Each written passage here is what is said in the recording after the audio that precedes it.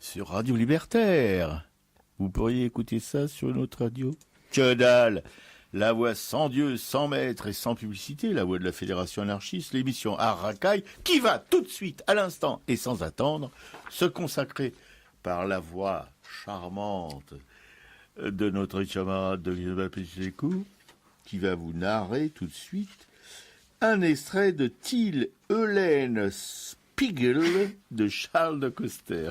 Ouais, Till Eulenspiegel ou Till l'Espiègle pour les francophones, voilà. Et pourquoi Till Eulenspiegel? Parce que justement, quand nous sommes retournés à la fondation Taylor, donc au 5e étage de cette fondation, il y avait les œuvres exposées de Nicolas Ekman, enfin une partie, dont pas mal une petite partie, mais moi ça m'avait donné envie quand j'avais lu un petit peu qui était cet homme, ça m'avait donné envie de creuser, donc j'ai réussi à persuader Robert de retourner à la fondation Taylor. Ouais, pour ça elle est forte. Hein. Et là, il y avait exposé, effectivement, il a illustré ce Till l'Espiègle de Charles de Coster. Et donc, on pouvait voir ses dessins, ses encres, ses ébauches. Et Till l'Espiègle, en fait, c'est un personnage de fiction. C'est un saltimbanque malicieux, farceur de la littérature populaire du sud de l'Allemagne.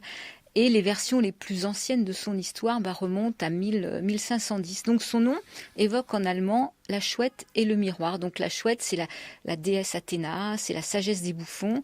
Le miroir, c'est l'inversion, c'est la critique des puissants par la moquerie. Donc cet écrivain belge, Charles de Coster, a écrit une version de Till l'Espiègle, donc illustré par Nicolas Ekman. Et là, Till est une figure de la résistance flamande contre l'occupation espagnole du XVIe siècle. Charles Quint, ce vieux con. Oui. Alors j'ai choisi, donc dans le début du livre, on peut le trouver, je l'ai mis en lien sur notre blog, on peut le trouver en intégralité sur le site de Gallica. Donc là, j'ai pris deux chapitres au début, il y a le livre premier, après c'est juste après. Donc voilà, le livre premier, chapitre 1. Adam en Flandre, quand mai ouvrait les fleurs aux aubépines, naquit Eulenspiegel, fils de Claes. Une commère sage-femme et nommée Kathleen l'enveloppa de lange chaud, et lui ayant regardé la tête, y montra une peau. Coiffée, née sous une bonne étoile, dit-elle joyeusement. Mais bientôt, se lamentant et désignant un petit point noir sur l'épaule de l'enfant, « Hélas, pleura-t-elle, c'est la noire marque du doigt du diable. » « Monsieur Satan, reprit Claes, s'est donc levé de bien bonne heure qu'il ait déjà eu le temps de marquer mon fils. Il n'était pas couché, dit Kathleen, car voici seulement Chanteclair qui éveille les poules. Et elle sortit, mettant l'enfant aux mains de Claes. Puis l'aube creva les nuages nocturnes, les hirondelles rasèrent en criant les prairies, et le soleil montra pourpre à l'horizon sa face éblouissante. Claes ouvrit la fenêtre et parlant à Eulenspiegel, « Fils coiffé, dit-il, voici Monseigneur du Soleil qui vient saluer la terre de Flandre. Regarde-le quand tu le pourras, et quand plus tard tu seras empêtré en quelques doutes, ne sachant ce qu'il faut faire pour agir bien, demande-lui conseil. Il est clair et chaud, sois sincère comme il est clair, et bon comme il est chaud. Claes, mon homme, dit Sotkin, tu prêches un sourd, viens boire, mon fils. » Et la mère offrit au nouveau-né ses beaux flacons de nature. La veille, il avait été crié au bail de la maison commune que madame, femme de l'empereur Charles, étant grosse, il fallait dire des prières pour sa prochaine délivrance. Kathleen entra chez Claes toute frissante. « Qu'est-ce qui te deux, commère » demanda le bonhomme. « Là, répondit-elle, parlant par saccades, cette nuit, spectres fauchant hommes comme faneur l'herbe, fillettes enterrées vives, sur leur corps dansait le bourreau, pierre de sang suant depuis 9 mois, cassé cette nuit. Ayez pitié de nous, gémit Sotkin, ayez pitié, Seigneur Dieu, ces noirs présages pour la terre de Flandre. Vis-tu cela de tes yeux ou en songe demanda Claes. De mes yeux, dit Eulenspiegel. Kathleen, toute blême et pleurant, parla encore et dit 2 enfantelets sont nés. L'un en Espagne, c'est l'infant Philippe, et l'autre dans le pays de Flandre, c'est le fils de Claes, qui sera plus tard surnommé Eulenspiegel. Philippe deviendra bourreau, ayant été engendré par Charles V, meurtrier de nos pays. Eulenspiegel sera grand docteur en joyeux propos et batifolements de jeunesse, mais il aura le cœur bon, ayant pour père Claes, le vaillant manouvrier, sachant en toute braveté, honnêteté et douceur gagner son pain. Charles empereur et Philippe roi chevaucheront par la vie, faisant le mal par bataille, exaction et autres crimes. Claës travaillant toute la semaine, vivant suivant droit et loi, et riant au lieu de pleurer en ses durs labeurs, sera le modèle des bons ouvriers de Flandre. Eulenspiegel, toujours jeune et qui ne mourra point, courra par le monde sans se fixer on qu'en un lieu. Et il sera manant, noble homme, peintre, sculpteur, le tout ensemble. Et par le monde ainsi se promènera, louant choses belles et bonnes, et se gaussant de sottises à pleine gueule. Claës est ton courage, notre peuple de France, Sötkin est ta mère vaillante, Eulenspiegel est ton esprit. Une mignonne et gente fillette, compagne d'Eulenspiegel, et comme lui, immortel sera ton cœur, et une grosse bedaine, l'âme Gueutsac, sera ton estomac. Et en haut se tiendront les mangeurs de peuple, en bas les victimes, en haut frelons voleurs, en bas abeilles laborieuses, et dans le ciel saigneront les plaies du Christ, ce qu'ayant dit, s'endormit Kathleen, la bonne sorcière. Ah, magnifique. Non, mais ce qu'il y a dans ces gens du Nord, c'est les textes sont aussi merveilleux que les œuvres graphiques ou peintes. Il y a vraiment un imaginaire immense que, oui, c'est, voilà, eux, il y en a qui disent que le Nord, là, la Belgique, tout ça, c'est le cerveau de la France. Ouais, et c'est pas complètement idiot, je dirais même que c'est très juste. Ouais. D'ailleurs, quand on parlait de Félicien Rops il y a 2 semaines, justement, Félicien Rops avait créé une revue avec Charles de Courcelles qui s'appelait Eulenspiegel. Ouais. Donc là, on reste un peu dans toutes ces mêmes ambiances. Oui, tout à fait. Et Ekman, enfin, on va en parler au cours de cette émission, mais il est tout à fait dans la, on peut dire dans la veine. C'est un peu con de dire la veine d'ailleurs. Il est tout à fait là-dedans avec des illustrations, des peintures complètement fantasmagorique à l'image de ces textes complètement fous. Voyez-vous, fous. Oui.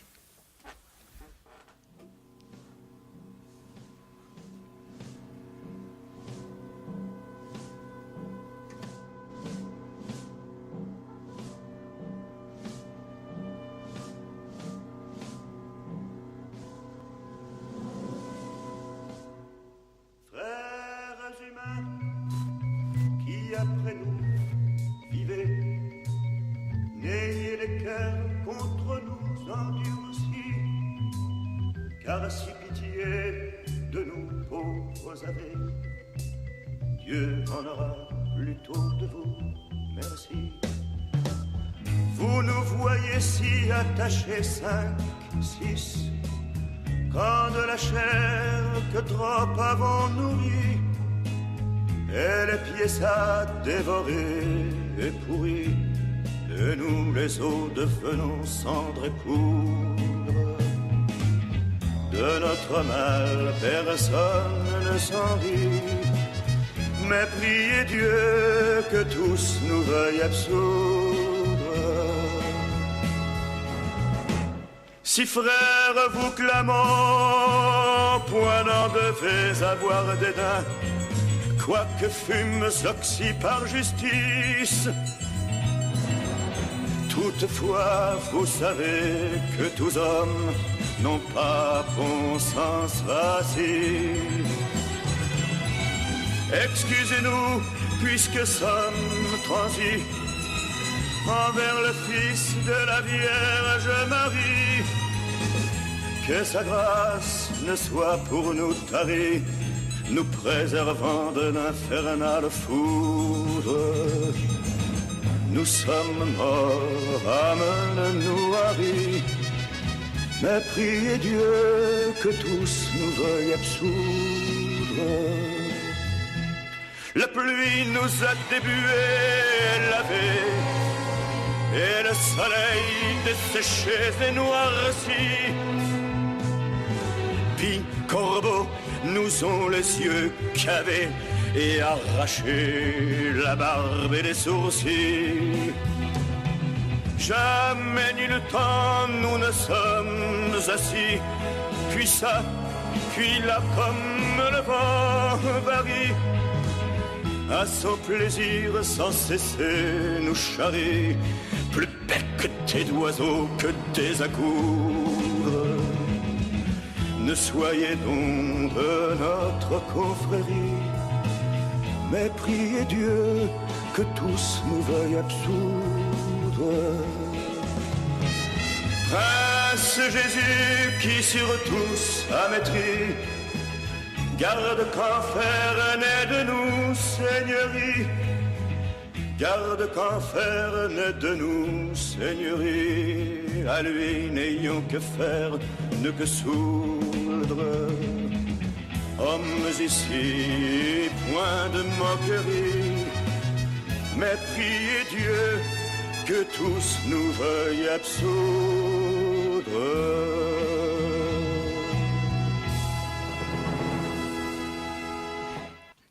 La Ballade des pendus, un texte de Villon interprété par Reggiani.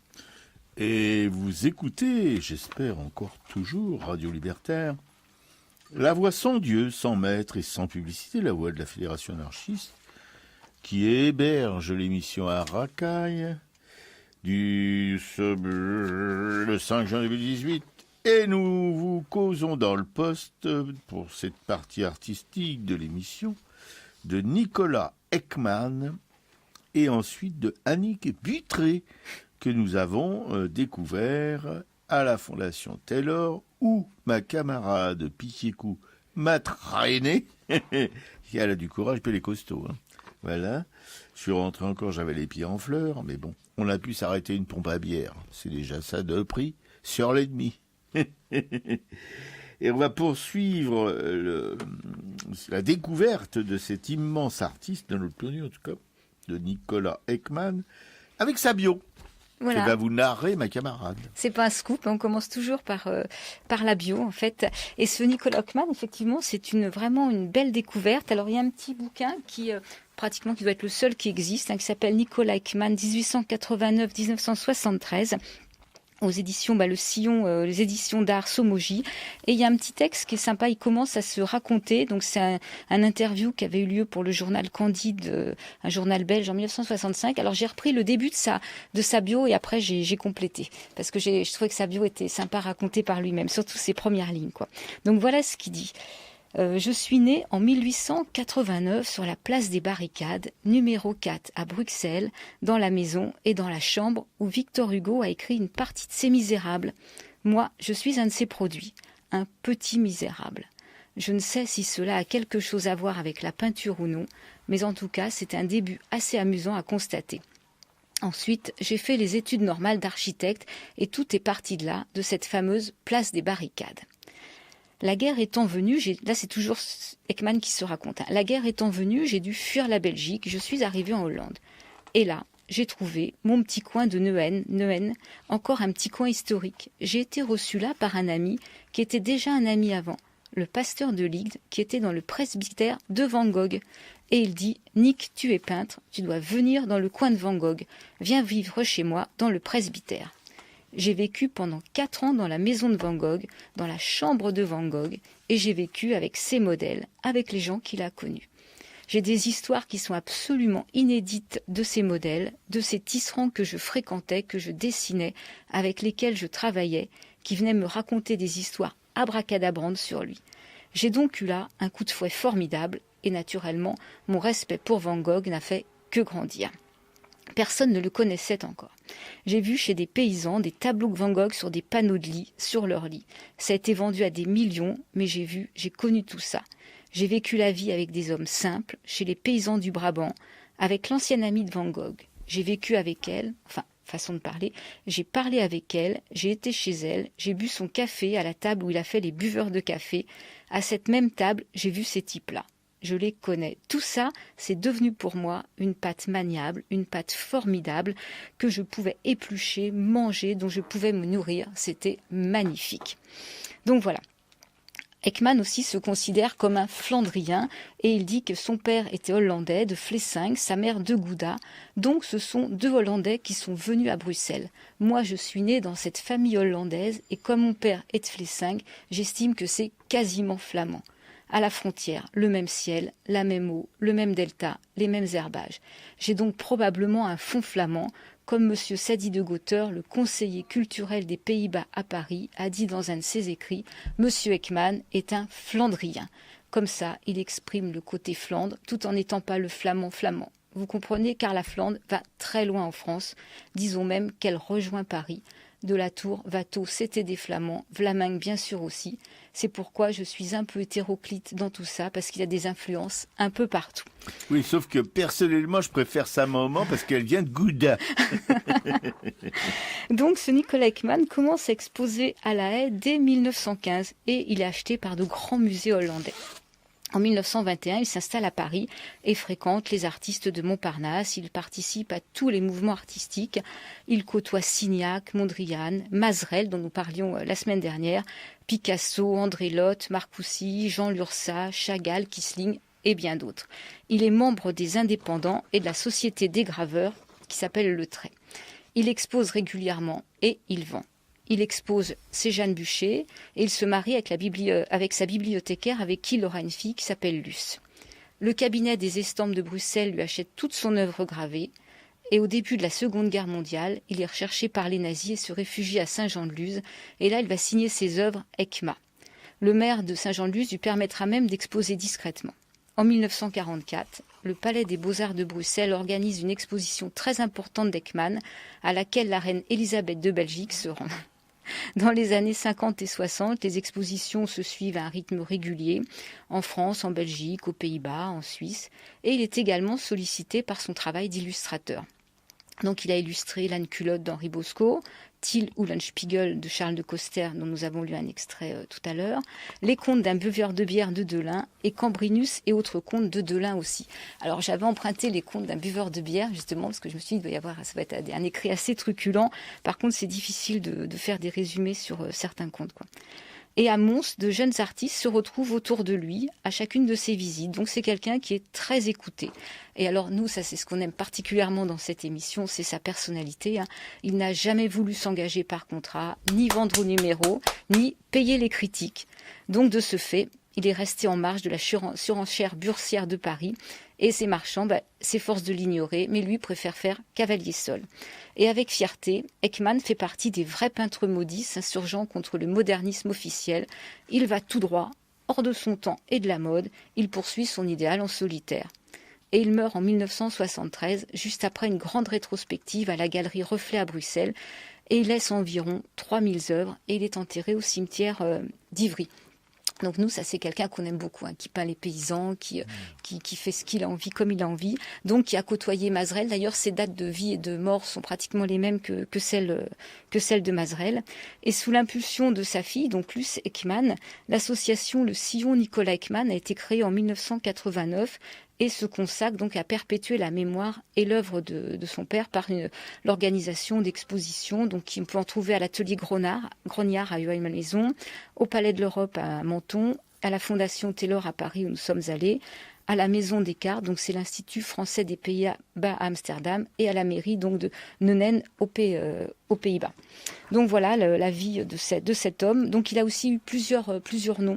Il a été connu sous le nom de Nico Ekman, Nick Ekman, et sous le pseudonyme donc d'Ekman quand il était recherché par les nazis. Et Ekman, donc on va en parler après, on parlera un peu de son œuvre, c'est un graveur, un dessinateur, un aquarelliste, un illustrateur. Oui, et qui excelle dans toutes ces disciplines, comme souvent les très très grands artistes, sauf que lui, qui en est un très grand, enfin on peut le dire, vraiment sans aucun,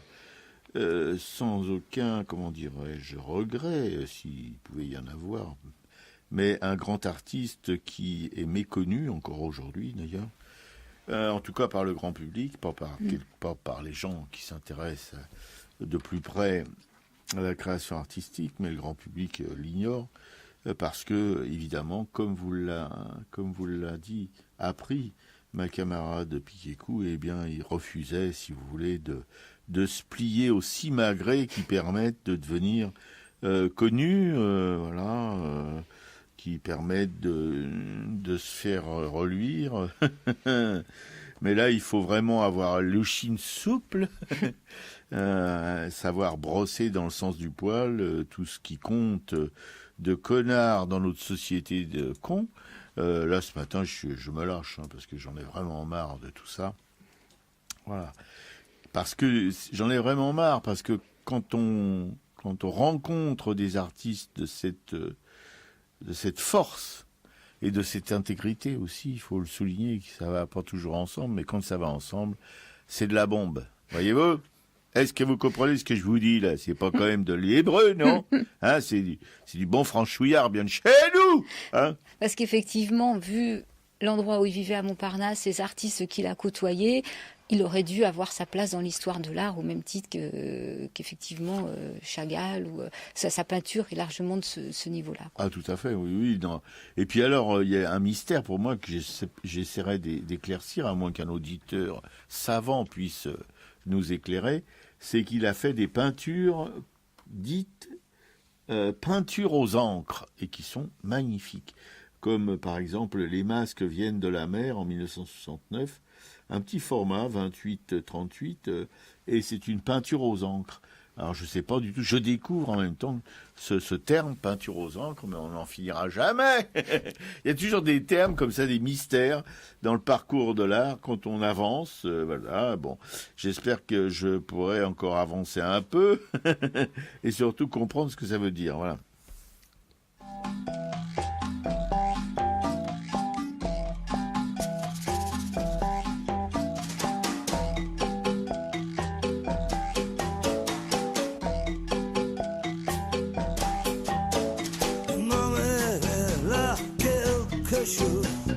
Quelque chose dangereux, quelque chose d'inallumeuse, quelque chose d'emmerdeuse. Elle a des yeux qui tuent, mais j'aime ses mains sur mon corps, et j'aime l'odeur au-dessous de ses bras. Oh oui, je suis comme ça.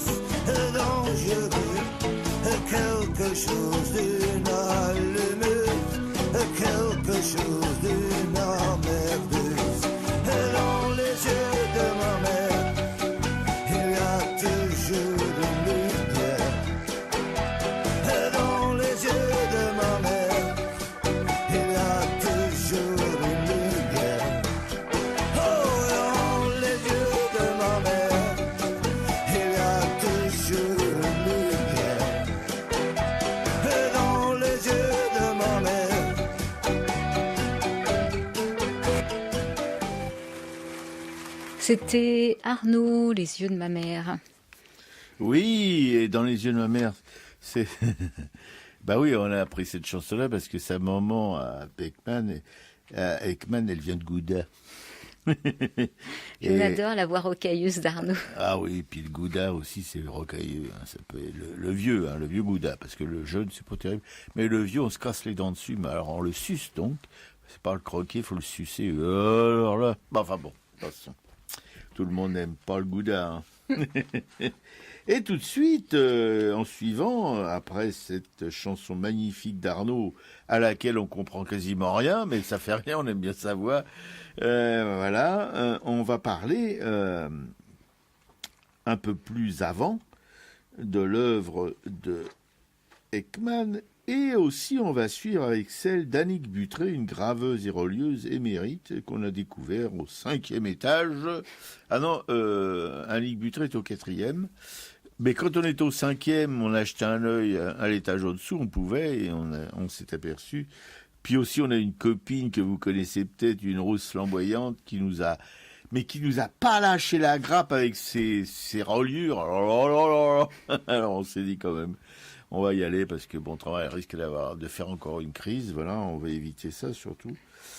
Oui, pour ce petit... Alors, j'ai été un peu frustré quand même par le travail... Parce qu'il n'y avait pas suffisamment d'œuvres de Ekman. Il n'y avait pas de peinture à l'huile, par exemple. Il y avait une magnifique aquarelle tout à fait à droite, là, quand on se balade sur la Simèze. Le reste, c'était... Alors, c'était bien aussi. C'était un bon... on pourrait dire ça, presque un bon apprentissage du métier de graveur, puisqu'on voyait des dessins au crayon sur papier, reprises avec des calques, à la plume aussi, ou sur papier, ou au crayon, et puis ces calques qui étaient reportés évidemment sur les plaques de cuivre et qui étaient gravés, parce que on s'en rend compte, parce que le dessin sur le dessin ou le calque, quand il est reporté sur la plaque, il est à l'envers par rapport au calque. Voilà, c'est tout simple. Mais il fallait voir la patte du dessinateur, la patte du dessinateur au crayon et à la plume. Et puis après, la gravure aussi, c'est plus que magnifique. Voilà. Et là, il y en avait toute une série quand même. On a pu là se rendre compte de son talent. Donc principalement, ces illustrations de Tilde Espiègle et des contes d'un buveur de bière. Quoi. Tout à fait. Oui, alors c'est ça enfin un peu, c'est bien pour donner l'envie de poursuivre, si vous voulez, de poursuivre et de connaître encore mieux, encore plus son œuvre. Mais quand même, c'est quand même toujours un peu frustrant quand il y en a si peu à se mettre sous la dent, voilà.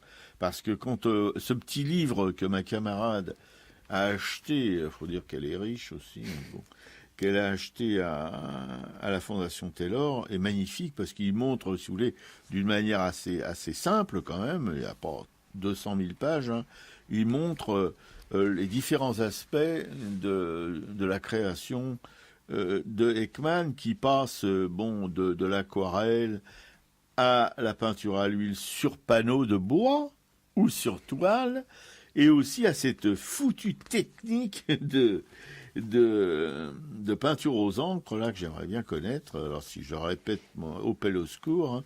Et alors je me suis rendu compte en feuilletant ce petit opuscule, assez complet d'ailleurs pour se faire une idée quand même du travail de cet artiste, que il y avait une toile qui s'appelle Mascarade, 61-80 cm, une huile sur toile, et j'ai retrouvé dans cette œuvre notre camarade de coup de Kerbranche, je veux dire, Jean-Paul Souvraz, voilà. Alors on sait qui copie Jean-Paul, bravo Jean-Paul de nous l'avoir caché, hein. Voilà. Non, mais il y a quand même une filiation, on peut dire, voilà, avec l'œuvre de Ekman de la part de Jean-Paul Souvraz. Surtout dans cette mascarade, là, il y a une série de gugus en masque là derrière, en haut d'une palissade, enfin derrière une palissade. Mais vraiment, on croirait du travail de Souvraz, quoi. Voilà. Bon. Non, mais c'est pas Souvraz, hein, parce que Souvraz, c'est autre chose. Mais je veux dire, on sent quand même, mais on sent chez tous ces artistes du Nord avec Ensor, avec Bosch, avec Bruegel, on sent vraiment toutes ces inspirations. Tout à fait, Effectivement, on retrouve ces thèmes de poissons. Là, il a fait un tableau, c'est un poisson volant qui est absolument magnifique, qui a plein de couleurs. En fait, ces peintures sont très riches en couleurs. Et on peut, quand il peint les paysans et tout, on peut imaginer, on voit plus Bruegel par exemple, avec toute Bruegel qui en met partout dans toute la toile. Ouais. Il a eu une première phase qui est plus cubiste, qui est moins intéressante parce que ça fait des visages anguleux. Effectivement, c'est ça, on préfère passer dessus. Mais après, il y a ce qu'ils appellent son regard humaniste et le fantastique. Et moi, le fantastique, je suis complètement emballée, quoi. Avec toutes ces références. Ça peut être une coquille de noix, des personnages dans une coquille de noix, quelqu'un d'autre qui tient un œuf brisé, ou ces personnages qui ont des bonnets avec des grelots. Enfin, c'est très très riche. Il y a des détails partout, en fait. Et puis il a le nu au totem, là, 1865-54, qui rappelle un peu les frères, comment je me souviens plus là. Tu sais, c'est les trois grâces qu'on avait au Palais du Luxembourg, là. Mais si, on connaît que ça. Enfin bref. Granac, non. Granac l'ancien, voilà, tout à fait. Et là, il y a un nu au totem, une jeune fille de profil, mais c'est délicieux, franchement, on en mangerait. Voilà, donc il est pas, mais c'est aussi un peu fantastique. Voilà, c'est un petit peu. Là, il y a aussi du Bruegel, du Bosch, de tout ce que vous voulez. Voilà. Et comment De Volder aussi, et ça peut rappeler dans les aussi, contemporains, oui. Oui, De Volder, avec ses poissons aussi. Fait, absolument. Oui. Voilà, c'est quelqu'un. On sent, il y a la sensualité flamande aussi dans tout ça. Brassens. Rubens, Rembrandt, franchement, il a fait des nus splendides. Voilà, Rubens, c'est un petit peu plus charnu, si on peut dire, un peu moins tendre que Rembrandt. Rembrandt, c'était vraiment, parce que si vous voulez, dans Rubens, c'est fastueux, c'est tout ce qu'on veut, mais il y a quand même quelque chose d'un peu musclé qui freine un peu les ardeurs et la concupiscence de nous autres. Mais chez Rembrandt, par contre, c'est bref. Eh ben, chez Ekman, il y a un peu de ça quand même. C'est pas des nus musculeux, etc. Il y a de la grâce, il y a de la fragilité, il y a de la tendresse dans les chairs. Non, c'est quelque chose quand même d'assez extraordinaire du point de vue de la réalisation. Là, je regarde Capriccio ou le Mirliton. Alors, il y a un truc dans le traitement, si vous voulez, pictural. Ce Gugus, là, le Mirliton, parce qu'il a un mirliton à la main, c'est pour ça que ça s'appelle le Mirliton, il est perché sur un arbre, voilà, qu'il tient entre ses jambes d'une certaine manière, mais il faut voir les couleurs de cet arbre. Ça me dit quelque chose, j'arrive pas à mettre le nom dessus, mais c'est vraiment une richesse dans les bleus, etc., et dans les matières, quelque chose de complètement captivant. Comme l'arbre foudroyé qui est en regard de ce mirliton, qui est un arbre coupé en deux puisqu'il est foudroyé, mais il y a toute un petit foisonnement d'animaux qui sont à mi-chemin entre la réalité et autre chose que je n'oserais pas qualifier. Mais voilà, mais c'est toujours un peu comme ça, c'est toujours d'une certaine manière, ça côtoie vraiment le fantastique. Voilà, c'est ça moi, c'est ça qui me fascine plus que toute autre chose, comme aussi le toit de la ferme, le toit, en fait, c'est un chapeau énorme qui marche. On voit un gros pied, là, puis un autre avec un godillot, un gros pied nu, puis un autre avec un godillot. Et ce gros chapeau, il est recouvert d'un embryon de toit de chaume. Et il y a tout un foisonnement aussi, une tête de vache, une fourche, un panier d'œufs, un cochon dessous, une patte de gallinacé, un coq qui est perché derrière. Mais ça foisonne, quoi. Ça parle en tous les sens. C'est vraiment quelque chose. Ça fait. Je pense que les petits qui voient ça, là, ils doivent sucer leur pouce. Ah, c'est jubilatoire. Ah oui, un univers enfantin, magnifique, de contes complètement fantastiques. Très coloré. Ouais, tout à fait. Je fais penser un peu à Samivelle par certains côtés, comme à cheval sur un œuf. C'est encore une peinture aux encres, mais dans les bleus pastel, etc. Un peu comme les illustrations de Samivelle dans Isengrin et Goupil, quand ils font leurs aventures assez extraordinaires. Voilà. Non, il y a dans les grands artistes comme ça, on sent des collections qui sont complètement improbables, mais qui existent, voyez-vous. Hein, bon. Ouais. Alors lui, en fait, ce qu'il dit du fantastique, il dit le fantastique, cette couleur exaltante du faux quand il redevient vrai, s'est implanté un peu à mon insu, au point qu'au début, je m'inquiétais de cette intrusion. Peu à peu, j'ai observé les indices et je les ai acceptés. Le fantastique, c'est la révélation de l'imaginaire. Oui, tout à fait. Ouais, bien sûr, et les gens de Schnorr, ils sont pourvus en imaginaire. Ah, ils n'ont pas des grands soleils flamboyants comme les peignait Van Gogh quand il était à Arles. Non, ils n'ont pas ça. Ils ont des ciels, vous voyez, comme dans les chansons de Brel, hein, des ciels qui se confondent avec la terre, quoi, qui sont la terre, des ciels bas et une terre plate, et tout ça se mélange un peu. C'est mélancolique, mais c'est jamais triste. Et ça, je pense que leur imagination, elle est, comment dirais-je, elle est exaltée justement par cet environnement qu'on pourrait qualifier de pas forcément très joyeux. Mais voilà. Et donc eux, ils en tirent un parti extraordinaire parce qu'ils ils rendent leur œuvre avec une telle vitalité. C'est ça qui me fascine, moi, dans cette approche des gens du Nord, cette approche de la création de ces gens du Nord. Voilà. C'est un petit peu comme de l'alchimie. Vous voyez, il transforme du gris en or. Voilà, c'est ça. Je pense que je vais tomber à la fin de l'émission. Ouais. Alors il y a un site qui est très bien fait justement, donc par sa fille, qui récapitule un petit peu par période de sa vie et de sa création, justement, de ces sites. Donc, il y a des huiles et des représentations d'huile et de gravures.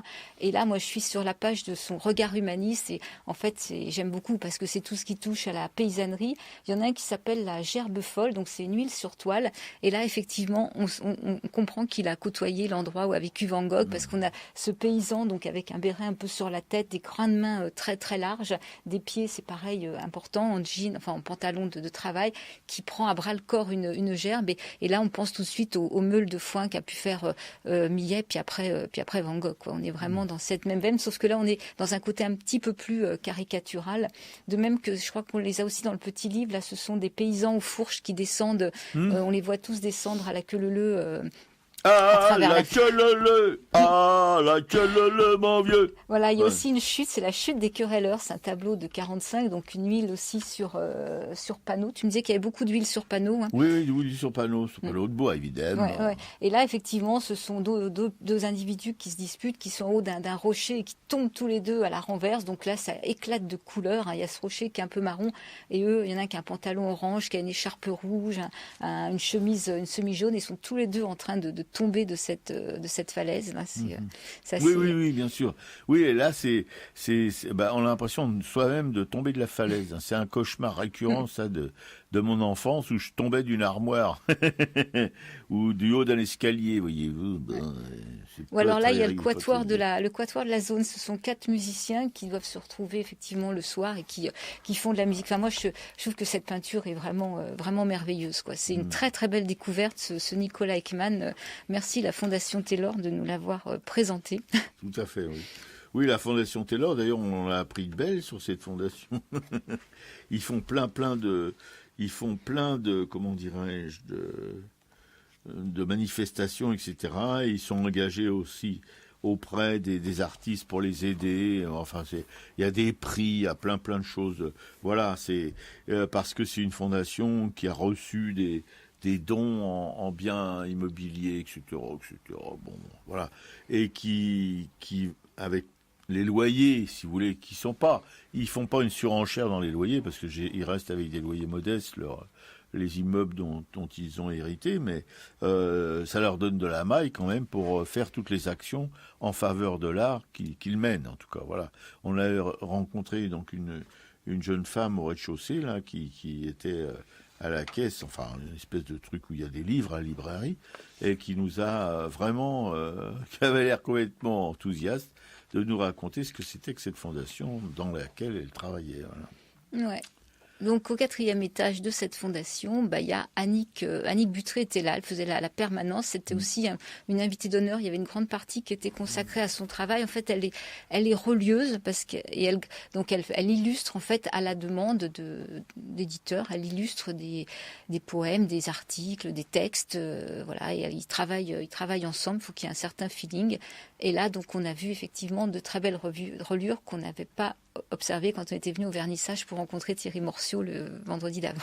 Oui, mais je dis, rappelé à l'ordre maintes fois par notre camarade de Florence, on y est allé, et là, personnellement, en tout cas, j'ai vu une reliure consacrée au Dormeur du Val. Au Dormeur du Val, voilà, de Rimbaud.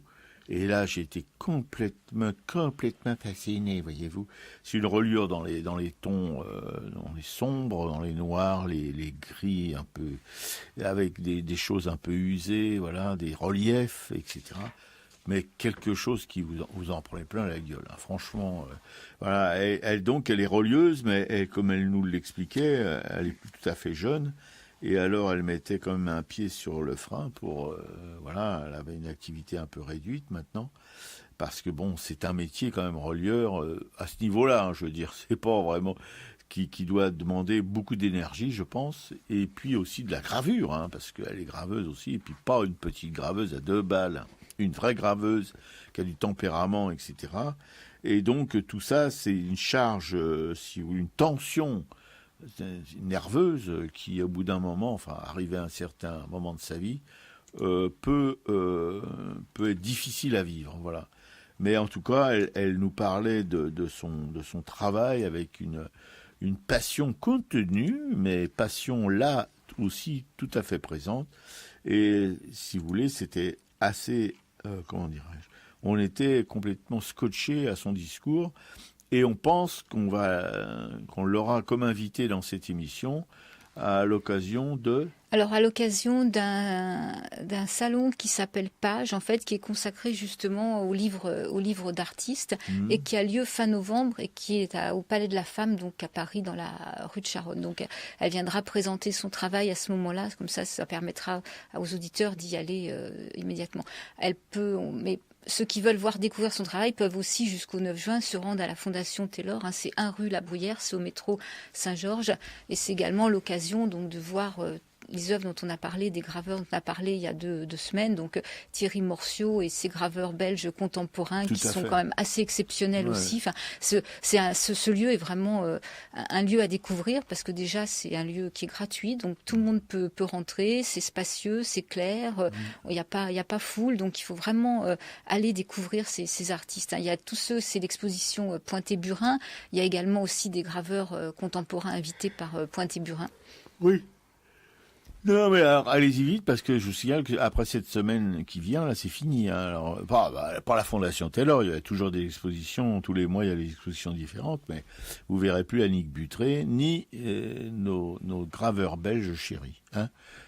Donc, vous avez encore 4 jours, grosso modo, pour vous bouger vos petites fesses. Ouais. Voilà. Et si Annick Butré, effectivement, on peut pas voir son travail, je lui demandais si on pouvait la rencontrer dans les lieux d'exposition d'estampes habituels, hein, comme Place Saint-Sulpice ou des lieux comme ça. Mais en fait, non, comme elle est plutôt connue comme relieuse, en fait, elle expose pas simplement ses gravures. Elle est présente seulement avec un travail d'ensemble sur ses livres d'artistes. Voilà, c'est ça. Livre d'artiste, à retenir le terme, livre d'artiste.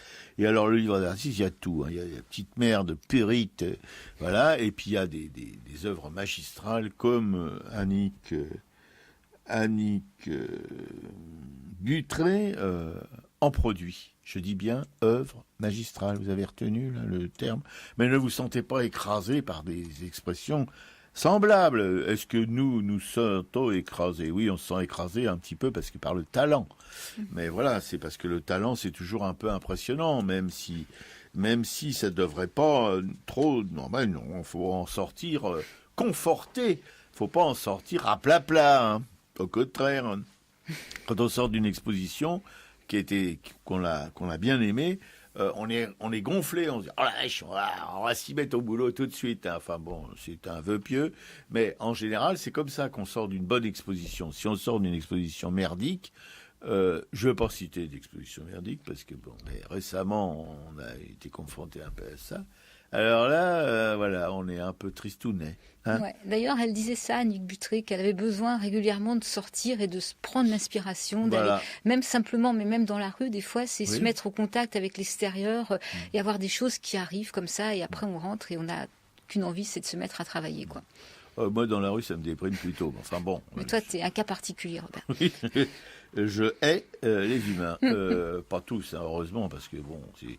Enfin bon, ça se réussit de plus en plus, je veux dire. Surtout quand on voit ce qui se passe en ce moment, au niveau français seulement, mais pas que, mais rien qu'en regardant ce qui se passe chez nous, ça déprime. Voilà, ça fait perdre un peu de confiance en l'humanité.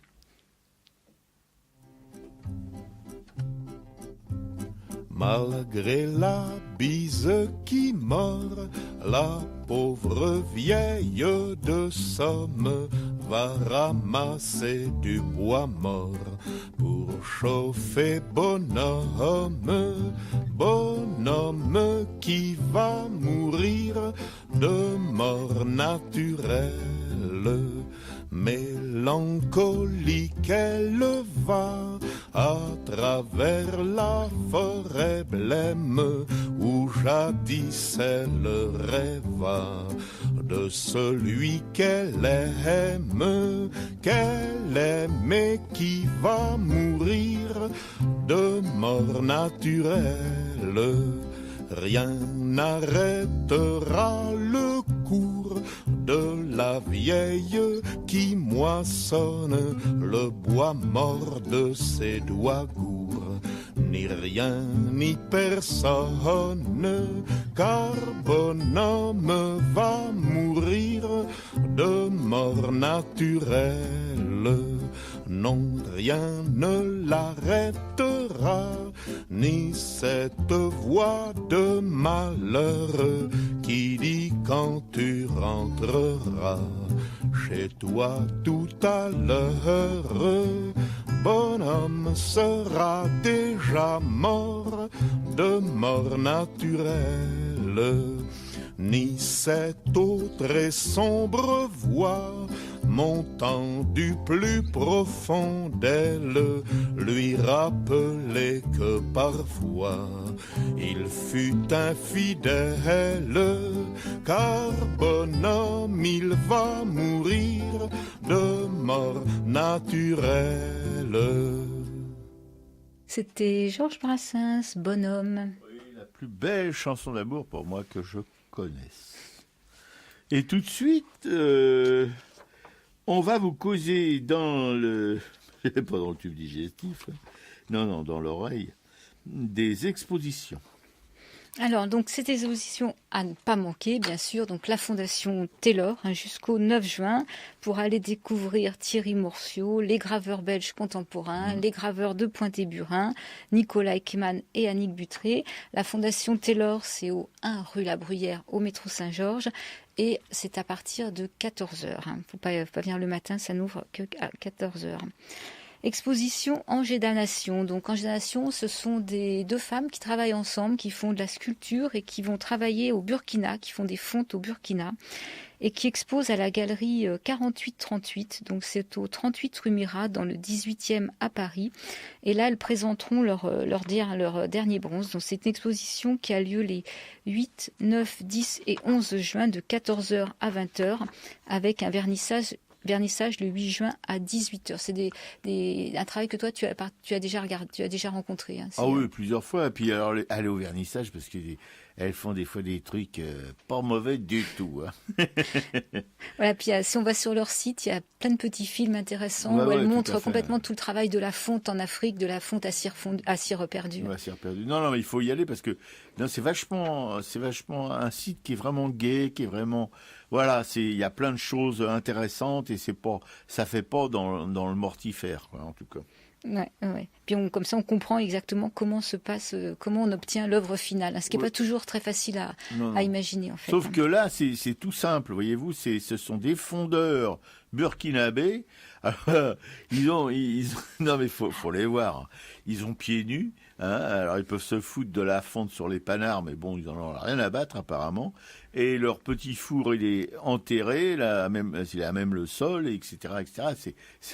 Et bien, pour comprendre la fonte, il n'y a pas mieux que ces petits docks, voilà. Ouais. Alors pour ceux qui sont passionnés d'estampes, il y a les 11 et 12 juin, donc c'est les journées, avant ça c'était que lundi, apparemment maintenant c'est lundi et mardi, les journées de l'estampe contemporaine, c'est place Saint-Sulpice. Et là, donc, il y a plein de graveurs, il y a plein de petits stands, ils sont 3 par stand. Nous, il y en a 2 qu'on connaît, c'est Juliette Planck et Monique Raymond, mais il y a énormément de monde. C'est là qu'on avait rencontré Charlotte aussi, qui travaillait sur une revue éditée par la BNF, une revue malheureusement qui va s'arrêter. Ouais. Mais c'est vraiment aussi l'occasion de rencontrer la gravure gratuitement, de pouvoir discuter. Les graveurs sont sur place et nous, régulièrement, on y allait pour faire des entretiens sur place de graveurs qui nous plaisaient bien. Ouais. Et là, on va voir Juliette, parce que personnellement, j'ai déjà acheté une de ces petites gravures que j'adore, qui est devant mon ordi, là, dans ma soupente, et elle est en relégation à Rochefort-sur-Mer. Alors c'est pour ça que j'ai un petit attachement pour avoir moi-même été en relégation pendant 25 ans dans le Sud. Voilà, Juliette, c'est une copine qu'on avait rencontrée sur le marché de la Bastille. Elle grave sur lino. Elle fait de la gravure sur lino. Et quand elle était sur Paris, c'était vraiment elle travaillait sur la ville, sur l'urbain, sur les lignes de métro, sur les bus. Enfin, donc là, à Rochefort-sur-Mer, effectivement, elle a changé quand même de sujet. Mais il y a un trait particulier. Enfin, la gravure sur lino, effectivement, donne des traits un peu épais. Elle travaille en couleur. Oui, mais elle fait des petits formats, des moyens formats, voilà. C'est pas notre camarade du Nord, là, non. Maintenant, en relégation à Ariège, ils se barrent tous à la campagne. Mais qu'est-ce qu'ils ont ? Ils n'ont pas compris que la campagne, c'est pire que la ville. Enfin bon. Voilà. Alors Christelle Valentin, elle habite par chez toi. C'est une artiste qui est peintre et qui était venue dans cette émission il y a déjà quelques années. Donc là, elle expose dans une exposition collective qui s'appelle Boustron-Fédon. C'est 7 rue de Montmorency dans le 3e. Elle expose entre le 7 juin et le 7 juillet. C'est la galerie Schum-Bronstein. Et donc c'est jusqu'au 7 juillet. C'est 7 rue de Montmorency dans le 3e avec un vernissage le 7 juin de 18h à 21h. Oui. Christelle est une femme adorable. Oui, puis pourquoi tu dis par chez moi ? Elle habite dans la même cité d'artistes à la con que moi, voilà. Elle en est aussi heureuse que moi. Voilà. Alors pour les amateurs de Rosa Bonheur, cette peintre dont on a parlé à maintes reprises, on était très triste d'apprendre que son musée atelier avait été fermé. Il a dû être fermé quelques années. Et en fait, cet espace va réouvrir. Il y a une femme fortunée qui s'est portée acquéreur de tout le lieu. Donc c'est l'atelier de Rosa Bonheur, plus tout ce château, c'est ce qu'on appelle le château de Bie, c'est à Thomery, donc Thomery c'est en forêt de Fontainebleau. Donc voilà, c'est ouvert à partir du 5 juin, sur le site, on peut réserver, elle fait des conférences, c'est à découvrir et nous on va aller la rencontrer donc le 21 juin pour en savoir un peu plus sur pourquoi d'un coup on met 3,5 millions dans le château de Bie et qu'on le réouvre au public, c'est quand même assez intéressant. Oui, c'est assez étonnant aussi. Et il y a aussi l'atelier d'Anna Klump. Enfin, c'était la dernière compagne de Rosa Bonheur. Et son héritière aussi, une américaine. Et c'est les héritiers américains de l'héritière américaine qui ont mis en vente ce château. Voilà, qui devrait être classé. Alors moi, quand j'ai eu cette mécène au téléphone la dernière fois, elle me disait qu'ils avaient retrouvé encore plein de choses un peu partout dans les greniers. Donc ça risque d'être assez intéressant de redécouvrir Rosa Bonheur avec tous ces suppléments, quoi. Alors toujours dans le cadre des estampes, parce qu'il y avait la manifestation Manifestamp le 26 mai, et que certains lieux font des expositions qui vont un peu plus loin. Donc là, c'est 5 rue Pierre-Sémard dans le 9e arrondissement, c'est l'estampe des ateliers Moret à Paris. Donc c'est jusqu'au 17 juin. Et les ateliers Moret sont des ateliers qui ont été connus pour avoir gravé pour avoir fait des estampes de graveurs célèbres depuis de nombreuses années. Imprimer des estampes. Ouais. Voilà, il y a 70 ans d'activité de ces ateliers d'impression, quoi. Et qu'est-ce qui me reste comme exposition ? Julien Signolet, qui est un sculpteur qui est tout près de notre radio, qui est passionné par le Japon, qui a une épouse qui est japonaise et qui a fait une exposition qui s'appelle Mu, c'est au Parc Floral. Mu. Hein. Voilà, donc là, c'est sur l'affiche, c'est un bois sculpté. Et c'est pareil, Julien est quelqu'un de passionnant parce qu'il peut parler de son travail avec amour pendant de longues heures. On l'avait reçu dans cette émission à 2 reprises. Toujours là, c'est pour rappel, c'est la coopérative Cérès Franco à Montaulieu, c'est l'exposition Enquête de Graal avec pour commissaire-priseur Dominique Paula-Dardouin, qu'on a reçu aussi ici dans cette émission et qui nous a raconté en détail toute cette exposition. Montaulieu, c'est à côté de Carcassonne. Et coup de cœur, coup de gueule, à Martre-Tolosane, c'est Cécilia, j'ai oublié son nom de famille, qui travaillait avec Dominique Paula-Dardouin quand elle avait sa galerie rue Quincampoix, qui est commissaire de l'exposition. C'est toujours la mise en avant des œuvres de Cérès Franco, qui est la maman de Dominique Paula-Dardouin et qui a une collection immense. Voilà, des œuvres de la collection, parce que Cérès Franco était une galériste, c'était pas une artiste. Voilà, puis qui est toujours là, bon pied, bon oeil. À quel âge 100 ans, quelque chose. Enfin bon, faut voir le personnage. Il y a un petit film d'ailleurs sur elle qui a été fait par sa petite fille et que vous pouvez voir sur le net. Voilà. Voilà, mais c'est à découvrir si on est, comme ça va être les congés d'été, s'il y en a qui se baladent du côté de Carcassonne, c'est à découvrir. Le lieu, la coopérative est très belle, c'est un bâtiment, donc une coopérative viticole qui a été rachetée et qui est magnifique, quoi. Oui, et puis à Carcassonne, il y a Rocassoulé aussi, mon Dieu, c'est pas mauvais. Et à Montaulieu, c'est un petit village très mignon. C'est un village où il y a beaucoup de libraires, où il y a une petite place centrale, comme on imagine dans l'imagerie populaire du petit village, avec des grands arbres. Ouais, où on a siroté un nid bien frais avec ma camarade lorsque nous y étions allés. Donc voilà pour les expositions de cette semaine. Dans le culturel de la semaine, un film qu'on a vu dans le cadre du festival du film Ciné-Palestine qui s'appelle Ambulance. C'est un film de Mohamed Jabali. Tu veux en parler un petit peu, Robert ? Oui, mais brièvement, parce que c'est un film mortifère. Hein, je vais vous dire, on est allé avec ma camarade, là. C'est quoi le cinoche ? On l'a vu au Méliès. Ah, on l'a vu au Méliès, oui. Et alors là, complètement la ratatinoche, hein, parce que c'est l'horreur dans l'horreur, une vraie horreur. On voit... une ambulance particulièrement qui, toute sirène ronflante, parcourt Gaza en long, en large, en travers, sous les bombes, etc. etc. D'ailleurs, le chauffeur de cette ambulance, un type extraordinaire, sera blessé au cours de ce tournage. Voilà. Ils vont, évidemment, quand ils... Alors d'abord, il faut repérer où ça a été bombardé, parce que Gaza, c'est pas une bourgade de 300 habitants, il y a quand même 60, je sais plus combien, 1000 habitants. Et quand ils ont repéré le lieu du bombardement, ils foncent, et puis voilà, et ils essayent d'extraire des décombres des survivants, et on en voit évidemment morts, vivants, et les ramener à l'hôpital. Et alors il y a un bordel, mais alors il y a des gens partout qui courent, à l'hôpital, c'est vraiment la croix et la bannière, si on peut dire ça comme ça, on dira plutôt le croissant et la bannière, pour pouvoir rentrer le blessé en salle de soins et d'opération, parce qu'il y a une foule partout. Mais c'est le surpeuplement, et on est broyé, quoi. On est broyé, on a la tête broyée, on a le corps broyé, on est broyé, quoi. Voilà. C'est un film qui vous broie. Alors, quand vous sortez de là, vous rentrez chez vous, vous vous écroulez sur votre pieu et puis vous dormez, voilà, parce qu'il n'y a rien d'autre à faire.